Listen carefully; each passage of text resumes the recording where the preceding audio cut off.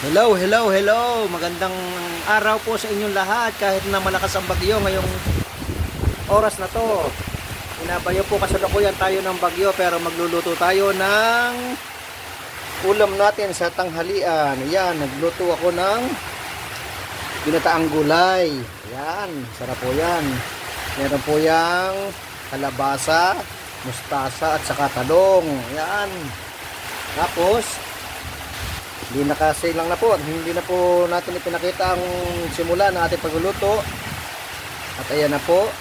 Nakasalang na, kulong-kulo na, malapit ng maluto. So, ilalagay na natin ang ating lahok. Ayan. Lalahokan po natin siya ng hipon. Ayan. Ang ating ginataang gulay ay lahokan natin ng hipon. Ayan. Habang siya kumukulo, atin pong takpan kasi maampias po dito sa ating pinaglulutuan. Kasi po, malakas po kasi ang ulan. Ayan.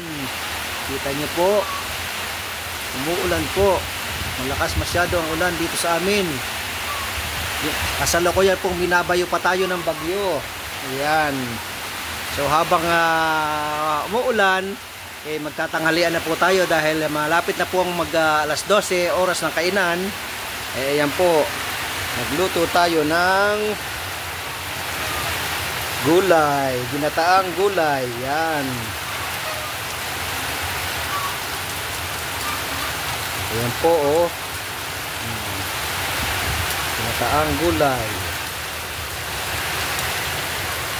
Medyo nagkukulay verde na yung ating sabaw kasi gawa ng ating mustasa. Ayan po.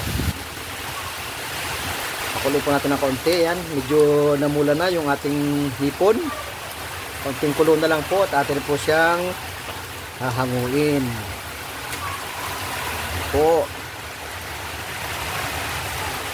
Ang sarap po nitong ating ulam na to.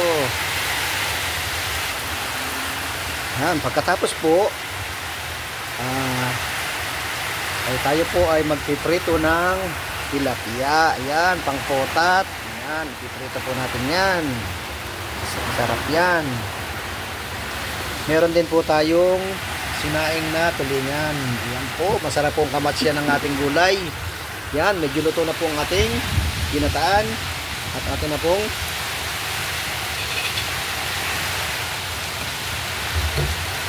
pwede na po natin itong hanguin. Kasi luto na lang ang ating gulay. Tikman natin talagang masarap. Pagkasarap-sarap. Luto na ang ating ginataang gulay na may hipon. Takpan po na natin kung humahangin po ng napakalakas. Yung maampias ang ating ulan dito sa loob. Yan, kita nyo, basa na ang ating lutuan. Yan, hanguin na po natin. Ito na, patayin natin ang stove. Yan. At atin na pong hahanguin. Thank you for watching.